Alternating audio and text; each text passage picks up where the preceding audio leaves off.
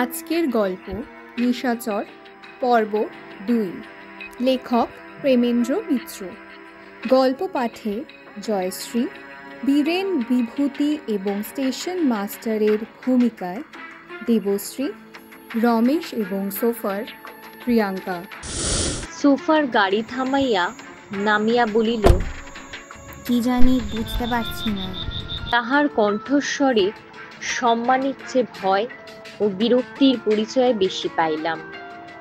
দুধারে ঘন জঙ্গল, তাহার মাঝে সেই নির্জন পথে অন্ধকারে শুধু দেশলাইয়ের আলোক সম্বল করিয়া সোফার অনেকক্ষণ হেডলাইট জ্বালিবার বৃথা চেষ্টা করিয়া অবশেষে বলিল, না, এ জ্বলবে না। তাহলে উপায়? গাড়ি অন্য আলো জ্বলবে মনে হচ্ছে, কিন্তু তাতে পথ ভালো দেখা যাবে না। রমেশ বলিল, তাই জিলি চলো, এখান থেকে আর ফেরা যায় না। তাহাই হইল। মোটরের সামান্য আলোয় যে দুর্বেদ্য অন্ধকার যতটুকু দূর করা যায় তাহাই করিয়া আবার অগ্রসর হইতে শুরু করিলাম। আলোর জোর নাই, সুতরাং গাড়ির বেগ একটু কমাইয়া চলিতে হইল। বীরেন বলিল, ঠিক যেতে পারবে তো? প্রশ্নটা সকলের মনেই উঠিয়াছিল। সোফার বলিল, তা কেমন করে বলি বাবু, একবার মাত্র এ পথে এসেছি, তাও দিনের বেলায়। তাহার গলায় বিরক্তির স্বর এবার স্পষ্ট, কিন্তু তখন তাহা লক্ষ্য করিবার সময় নাই। ভীতভাবে বলিলাম, কিন্তু পথ ভুল হলে অজানা জায়গায় কি উপায় হবে বলো তো? সোফার কথা বলিল না। মনে মনে রমেশের উপর রাগ হইতেছিল। গোয়ার তুমি করিয়া অন্ধকার রাত্রে অজানা বিপদসংকুল পথে এমন করিয়া তাহার জেদেই বাহির হইতে হইয়াছে। বীরেন বলিল, ধরো যদি ইঞ্জিনটা কোনো রকমে খারাপ হয়ে যায়। এবং এই সম্ভাবনা ভালো করিয়া হৃদয়ঙ্গম করিবার আগেই আবার বলিল, এসব বনে বাঘ আছে, জানো তো? রমেশ আশ্বাস দিবার জন্য হাসিয়া বলিল, মোটর খারাপ হবে এমন আজগুবি কথা ভাবছই বা কেন? কিন্তু তাহার কণ্ঠস্বরে মনে হইল তাহার নিজের কথায় নিজেরই আস্থার একান্ত অভাব। তাহার পর খানিক সবাই নীরবে চলিলাম। চারিদিকে নিস্তব্ধতা ও অন্ধকার আমাদের ছোট মোটরের ক্ষীণ আলোয় আমরা ক্ষীণভাবে ভেদ করিয়া চলিয়াছি। পাশের গাঢ় কৃষ্ণবর্ণ জঙ্গলের আবছা মূর্তি যেন এই উপদ্রব প্রতি পদে ভ্রুকুটি করিতেছে মনে হইতেছিল। মোটরের সামান্য একটি বেয়ারা শব্দে বুক কাঁপিয়া উঠিতেছিল। এই বুঝি সব বন্ধ হইয়া যায়। কিন্তু মোটর বন্ধ হওয়ার সমান বিপদই শেষ পর্যন্ত হইল। কত মাইল কতক্ষণ ধরিয়া তখন আসিয়াছি বলিতে পারি না। হঠাৎ সোফার গাড়ি থামাইয়া সামান্য ইতস্তত করিয়া বলিল, পথের ওপর একটা নালা পড়ে, এখনো এলো না। অন্ধকারে পথ ভুল হয়নি তো? রমেশ বলিল, পার হয়ে আসনি, দেখেছো ঠিক? দেখেছি বই কি। ইহার পর আর কি করা যাইবে কিছুই ঠিক করিতে পারিলাম না। এখান হইতে আগানো বা পিছানো সমান বিপদ। এই অন্ধকার রাত্রে গহন জঙ্গলের মাঝে এদিক ওদিক ঘুরিয়া মাঝপথে যদি পেট্রোল ফুরাইয়া যায় তাহা হইলেই সর্বনাশ। কি করা উচিত ভাবিতেছি, এমন সময় বীরেন বলিল, রোসো রোসো, একটা আলো দেখা যাচ্ছে না? সত্যি আলোই তো বটে। অদূরে কি একজন লণ্ঠন হাতে করিয়া আমাদের দিকেই আসিতেছে মনে হইল। কাছে আসিতে দেখিলাম লোকটি আর যাহাই হোক প্রিয় দর্শন নয়। অন্ধকার রাত্রে তাহাকে হঠাৎ পথে দেখিলে আঁতকাইয়া উঠিবার কথা। শীর্ণ দেহ, শীর্ণ ঝাঁকড়া চুল, সেই শীর্ণ মুখে ফোনার মতো উঁচাইয়া আছে। হাড় বাহির করা মুখে সবচেয়ে অদ্ভুত তাহার কোটর নিবিষ্ট চোখ দুটি। হঠাৎ মনে হয় বুঝি উন্মাদ, কিন্তু তখনও তো বিচারের সময় ছিল না। জিজ্ঞাসা করিলাম, এই রাস্তায় কি গেলুড়ি যাওয়া যায় জানো? লোকটার ধরন ধারণও অদ্ভুত। খানিক সে আমাদের কথায় কোনো উত্তরই দিল না। হয়তো সে শুনিতেই পায় নাই ভাবিয়া আবার জিজ্ঞাসা করিতে যাইতেছি। এমন সময় অত্যন্ত গম্ভীরভাবে বলিল, এই পথই বটে। লোকটির কথার ধরন দেখিয়া কিন্তু কেমন সন্দেহ হইল। বলিলাম, ঠিক জানো তো? এতক্ষণে সে অত্যন্ত তীক্ষ্ণ দৃষ্টিতে আমাদের পর্যবেক্ষণ করিতেছিল। আমার কথায় হঠাৎ ক্রুদ্ধ হইয়া বলিল, এইখানে 20 বছর ধরে আছি, আর গেলুড়ির পথ জানি না। যাক, হয়তো তাহার কথা সত্য। সোফার আবার গাড়ি ছাড়িয়া দিল। বলিলাম, যা হওয়ার হয়ে গেছে, এখন চলো সামনে, যতদূর পথ মেলে। বহুক্ষণ, প্রায় ঘন্টা দুয়েক হবে।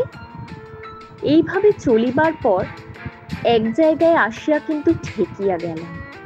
সামনে পথ দ্বিধাবিভক্ত হইয়া চলিয়া গিয়াছে। সোফার বলিল, কোনটায় যাব বুঝতে পারছি না। এবার সমস্যা সত্যিই দারুণ। দুইটা পথই যে ঠিক নয় এটুকু বুঝিবার জন্য বেশি বুদ্ধির দরকার নাই। কিন্তু কোন পথে যাওয়া যায়? গাড়ি থামাইয়া আমরা সেই তর্ক করিতেছি। এমন সময় বীরেন বলিল, না, বিধাতা আমাদের সহায়, ওই আরেকটা আলো দেখা যাচ্ছে। এবারেও একটা লোক আলো লইয়া আসিতেছিল বটে। বলিলাম, এই জঙ্গলের মাঝে মানুষ থাকতে পারে ভাবিনি। এবারের লোকটা আসিতেই সোফারই তাহাকে পথ জিজ্ঞাসা করিল। লোকটা বিড়বিড় করিয়া কি বলিল শুনিতে পাইলাম না, কিন্তু সোফারকে তাড়াতাড়ি গাড়ি চালাইয়া দিতে দেখিয়া বুঝিলাম সে এবার রাস্তা বুঝিয়াছে। হঠাৎ বীরেন বলিল, দাঁড়াও, গাড়ি একটু থামাও তো। তাহার উত্তেজিত ভাব দেখিয়া সভয়ে বলিলাম, কেন? বীরেন কম্পিত গলায় বলিল, লোকটাকে লক্ষ্য করেছো তোমরা? আমাদের উত্তরের অপেক্ষা না করিয়াই ফের বলিল, প্রথম যে লোকটা আমাদের পথ বলে দেয়, একেবারে হুবহু সেই লোক। ঠিক অমনি একটা সন্দেহ আমারও হইতেছিল, কিন্তু ধরা পড়িবার লজ্জায় বলিতে পারি নাই। বীরেনের কথায় সর্বাঙ্গে কাটা দিয়া উঠিল। যথাসাধ্য সাহস সংগ্রহ করিবার চেষ্টা করিয়া বলিলাম, কিন্তু তাকে প্রায় 20 মাইল ধরে ফেলে এসেছি। সেই তো আশ্চর্য ব্যাপার, এই জনমানবহীন জঙ্গলের পথে দুবার মানুষের দেখা পাওয়াই তো অদ্ভুত ব্যাপার। তার উপর 20 মাইল পার হয়ে এসে সেই একই লোক। সোফার হঠাৎ গিয়ার বদলাইয়া দ্বিগুণ বেগে গাড়ি ছাড়িয়া দিল। বলিলাম, ও কি করছো? সে তিক্ত কণ্ঠে বলিল, কি করব বাবু, আমার প্রাণের ভয় নেই। তুমিও দেখেছো নাকি? সোফার পিছনে না ফিরিয়াই ভীত স্বরে বলিল, দেখেই না অত তাড়াতাড়ি গাড়ি ছেড়ে দিলাম।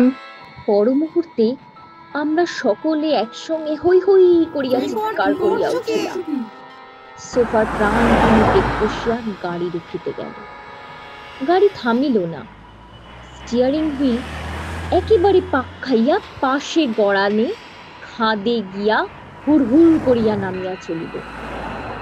সামনের দিকে চাহিয়া সেই ভয়ঙ্কর মুহূর্তে দেখিতে পাইলাম নিচে গভীর জল।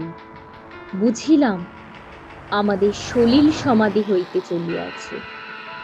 ভয়ে চোখ বুঝিলাম, কিন্তু শেষ পর্যন্ত রক্ষা পাইলাম।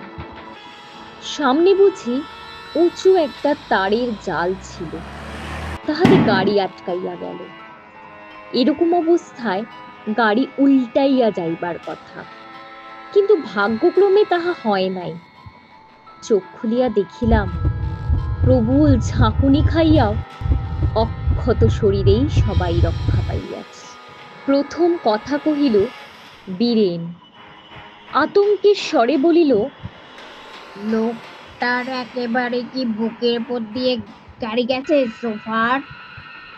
সোফারের পায়ে আঘাত লাগিয়াছিল।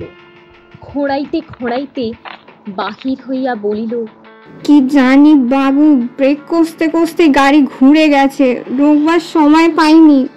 তাড়াতাড়ি বাহির হইয়া বলিলাম, এখনই দেখতে হবে, চলো। সবাই মিলিয়া উপরে উঠিয়া আসিলাম, কিন্তু আশ্চর্য, তন্ন তন্ন করিয়া চারিদিক খুঁজিয়া কাহাকেও দেখিতে পাইলাম না। এক জোয়ান মানুষ সবাই মিলিয়া স্পষ্ট তাহাকে গাড়ির ধাক্কা খাইয়া পড়িয়া যাইতে দেখিয়াছি। তাহার দেহ এই 1 মিনিটের ভেতর কোথায় উধাও হইয়া যাইতে পারে। যেদিকে খাট সেদিকেও পড়ে নাই, পড়িয়াছে একেবারে সম্পূর্ণ অন্যদিকে। সেখান হইতে মৃত বা জীবন্ত কাহারও 1 মিনিটে অন্তর্ধান হওয়া একেবারেই সম্ভব নয়। বীরেন বলিল, তাহলে কি? তাহার কথা শেষ করিতে হইল না। একই আতঙ্কে সবারই বুক কাঁপিতেছে। বলিলাম, ও মোটর আজ আর উঠানো যাবে না, চলো সবাই মিলে এগিয়ে যাই। রমেশ বলিল, কিন্তু কোথায়? বলিলাম, ওই দূরে একটা লাল আলো দেখা যাচ্ছে, বোধহয় যেন স্টেশন একটা হবে। বীরেন বলিল, কিন্তু আবার আলো? সেদিন অনেক হয়রানির পর অবশেষে স্টেশনে পৌঁছাইয়াছিলাম। পথ ভুল যে কতখানি হইয়াছে স্টেশনের নাম দেখিয়াই বোঝা গেল। গেলুডি আসিতে একেবারে ঘাট শিলায় আসিয়াছি। গভীর রাত্রি। স্টেশনে তখন এক টেলিগ্রাফ মাস্টারই জাগিয়াছিলেন। লোকটি অত্যন্ত ভদ্র। আমাদের সাদর অভ্যর্থনা করিয়া আশ্রয় দিয়া বলিলেন, আজকের রাতটা এখানেই থাকুন, কাল আপনাদের মোটর তোলবার ব্যবস্থা করে দেব। ঘুমাইবার ব্যবস্থা এক প্রকার তিনি করিয়া দিয়াছিলেন, কিন্তু তখন আর ঘুমাইবার প্রবৃত্তি নাই। তাহাকে সমস্ত দুর্ঘটনার কাহিনী বলিলাম। ভদ্রলোক গম্ভীর হইয়া বলিলেন, আপনারা জানেন না তাই, নইলে এই অঞ্চলে সাহেব শুভরাও রাত্রেও পথে মোটর নিয়ে বেরোয় না। আপনারা তবু প্রাণে বেঁচেছেন। 5-6টা মোটর লোকজন সমেত এ রাত্রে আশ্চর্যভাবে চুরমার হয়ে গেছে। সভয়ে বলিলাম, কিন্তু কি ব্যাপার মশাই? শুনি মোটরের ওপরই তার যত আক্রোশ। সারা রাত নাকি অমনি লণ্ঠন নিয়ে এ পথে ঘুরে বেড়ায়। ভীত কণ্ঠে জিজ্ঞাসা করিলাম, কে? ওই পথে সে মোটর চাপা পড়ে মারা যায়।